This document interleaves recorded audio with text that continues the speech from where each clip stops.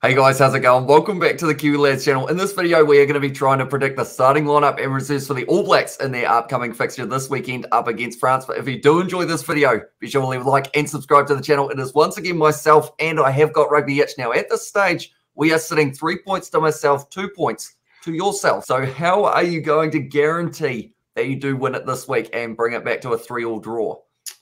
Well, I think I've been a bit ambitious, I'd say, with a lot of my picks. I've had to go against the grain with most of them, obviously, to kind of just make it a bit different between both of our lineups. But we'll have to wait and see. Obviously, that works. But if not, then we could have a mighty difference between both of our sides. But we'll have to wait and see. We actually both did very well last week. 34 points and 35 points, which is actually probably the best that we've done combined throughout this whole one. So hopefully we can get around that same mark again. But first of all, just like always, we are going 1, 2, 3. Who have you got as your front row? I assume maybe completely changed from last week up against Ireland. Yes, it is. That wasn't how you say Ireland. Yeah.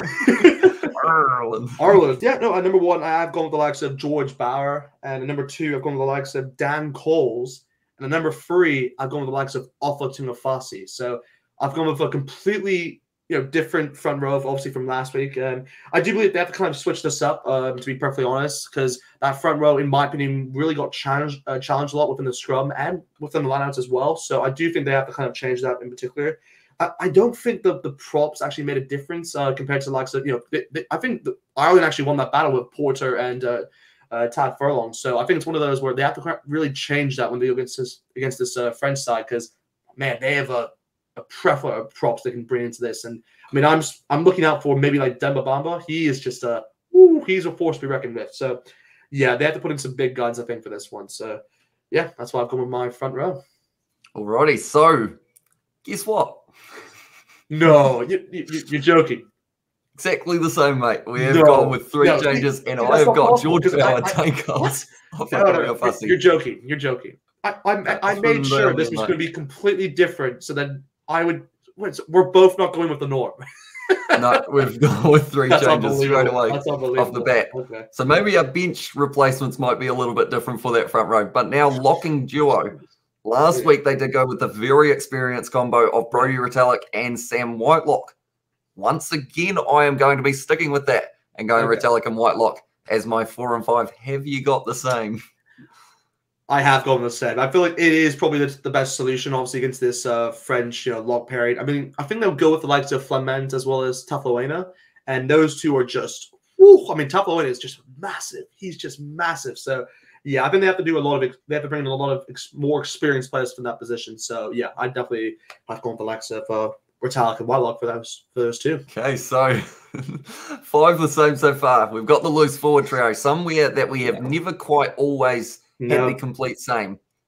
Who have you got as your loose forwards this week? Well, I don't know. I think last week was probably the hardest for me for the loose forwards because there's so much more of a selection in my opinion. But this week I've kind of just gone down to the basics and what I think is the best, loose forward trio. So for that reason, I've gone the likes of Kieran Ioane at number 6, Sam Cane at number 7, and Artie Sevilla at number 8. So I think this is probably, in my opinion, is what the All Blacks will go for, within going to the Rugby World Cup. But I feel like they might test this out, obviously, against France, as obviously France is the opening game. So, yeah, I think this is the loose forward trio that could work. Right. So, at this stage, I've got Akira Ioane at number 6. Number 7, last week I did say right at the last minute that I decided to go the way of Sam Cane instead of Dalton Papali'i, and that cost me 2 points. This week, I have stuck with Dalton Papali'i as my number 7. I've decided to give him another game. I thought he did pretty well up against Ireland overall. He had like 23 tackles. Like, unbelievable. All right. The man's got a good work rate, that is for sure. And that's the thing. Even Sam Cane also, I believe in his game up against Italy, he had the most tackles made by the All Blacks. So that number 7, it's a very busy position. So hopefully his body can handle 2 big games in a row for Dalton. But that is all I've gone with that 7. And then number 8, I have once again gone with Ardie Savea. Now, he was actually a name I actually didn't have in there at the very start. I was thinking about putting Hoskins Sotutu as my number 8, but then decided to go with Ardie Savea in the end just for maybe that little bit more experience. And then I considered maybe Sotutu off the bench, but we'll have to wait and see whether or not that is what I did. But now, 9 and 10, we did have the news that Beauden Barrett out with an HIA last week. And that is something that really affected the All Blacks in the early stages, having to bring Mo'unga out onto the field a lot earlier than they would have been anticipating. Aaron Smith, due to the HIA that Brad Weber did fail, does mean that he has flown his way over there. But he is not in my starting lineup. Number 9, I have once again gone TJ Perenara. And then number 10, I have gone Richie Mo'unga. Interesting. Well, we do have a change here. I've actually gone with the likes of Brad Weber at number 9, actually. And I've gone with Richie Mo'unga at number 10. So, I don't know. I mean, Brad Weber, I'll give you guys a hint. I was looking through, the All Blacks Instagram. I just saw him, throwing, some balls in there. I was like, "Ooh, he looks good. He looks ready for this game." So, yeah, I've chosen to go with Brad Weber ahead of TJ Perenara. But yeah, like you said, obviously with Richie Mo'unga, he obviously has to go in replace of Bodin Barrett due to the HIA. So, yeah. Alrighty. So at this stage, we've got quite a few similarities, but now we had almost a completely identical backline, if I'm not wrong, for last week. Yeah. Up against Ireland. We've already got a change in this one in just the first 2 positions. Now we're looking at the centre combo. Who have you got as your 12 and 13? Well, with the 12 and 13, I've got, you could say, put him back in the squad because obviously he wasn't actually, surprisingly, he actually wasn't available. Well, he didn't actually play for the Ireland game, if I'm not mistaken. But I've gone with David Avili at 12. But for 13, I've shifted Reiko from 11, who I previously had at 11 for last week, into the 13th spot. So, yeah, I don't know. Havili Reiko, I think that's a good combination. So that's why I've gone with for that centre pairing. Sounds like a decent one. I've gone with the exact same one. Exactly. And I decided I do your best. You're just like, yeah, that sounds good. Because I know Anton Litter-Brown also went off the field relatively early up against Ireland. So I don't know whether or not they would decide to risk him in this game if there is some sort of injury lingering there. So I've gone Havili as my 12, 13 Rico. So we both actually had Rico out on the left wing last week. And now we've both slotted him back in at 13. And yeah, hopefully that pacey combo of him in the number 13 jersey and Havili, he has been shut down the last few weeks pretty well. I have thought, other than off the bench, I think he has been doing a little bit better than he was in the starting lineup. Because in the Rugby Championship, he was just on absolute fire no matter what he was incredible. doing. Yeah, incredible.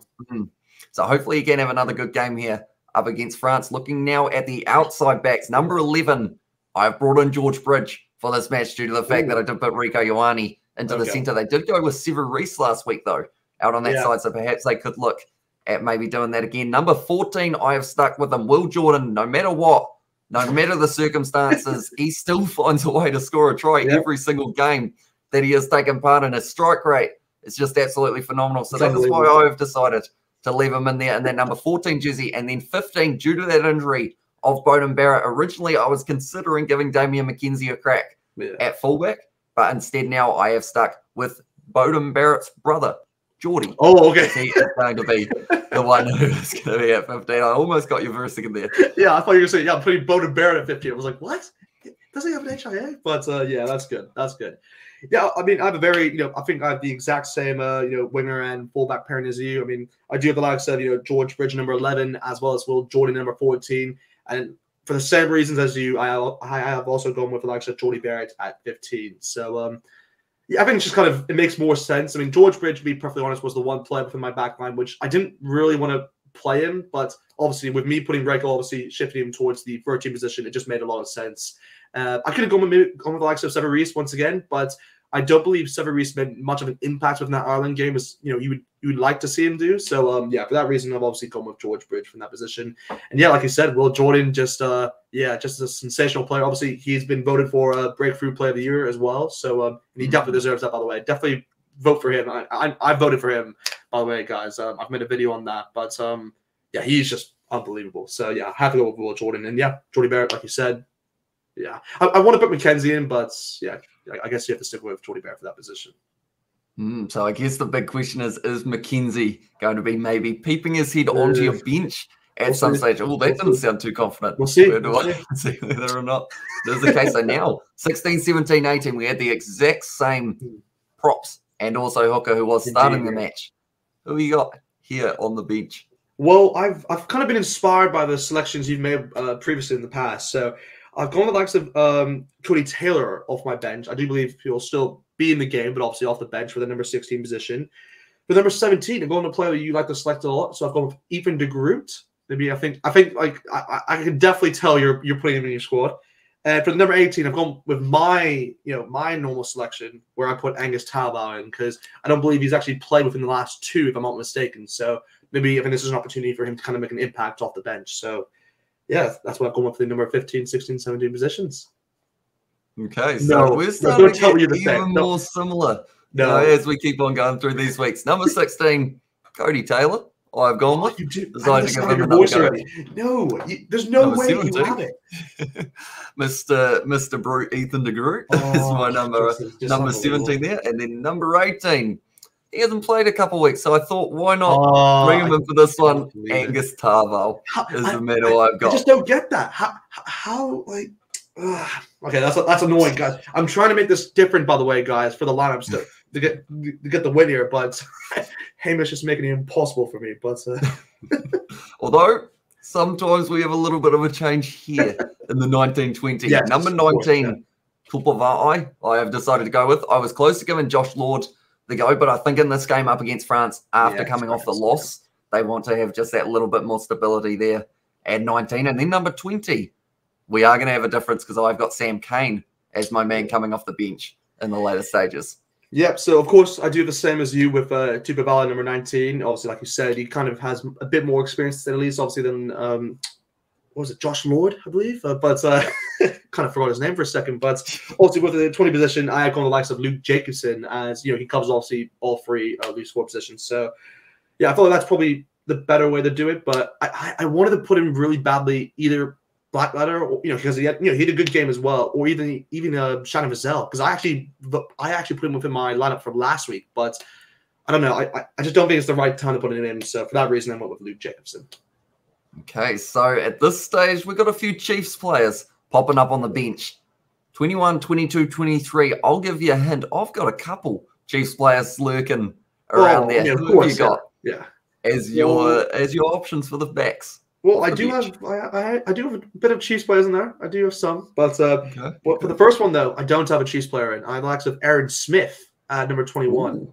I put him in, obviously with me putting Brad Weber in as the starting scrum half. I do believe Aaron Smith, he comes all the way to travel. I don't think they're not going to give him game time, so I feel like they have to give him some game time. So I think he'll come off the bench for this game. Obviously, he can make an instant impact as he likes to do, but. The number 22 position, that's where I put Damien Mckenzie in. I do believe he'll be like the injury cover this at least, obviously for Boda Barrett's HIA.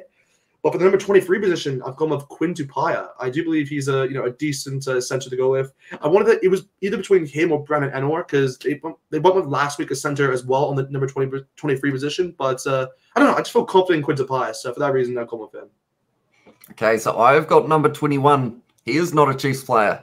It is Finley Christie I've decided to go with as my number 21. So I don't actually have Aaron Smith in my starting lineup or reserves, which could cost me a point here, perhaps, although I feel like I'm overthinking the fact that he is coming over as injury cover rather than coming over as, I guess, straight into the starting lineup. But we'll have to wait and see. Maybe they do. I know a lot of people want to see Antoine Dupont and Aaron Smith go at it for a little bit of a battle there. Number 22. Damien Mckenzie, I had to bring him in due to the fact that he can cover that fly half and also fullback if he needs to. And then number 23, I was thinking about it.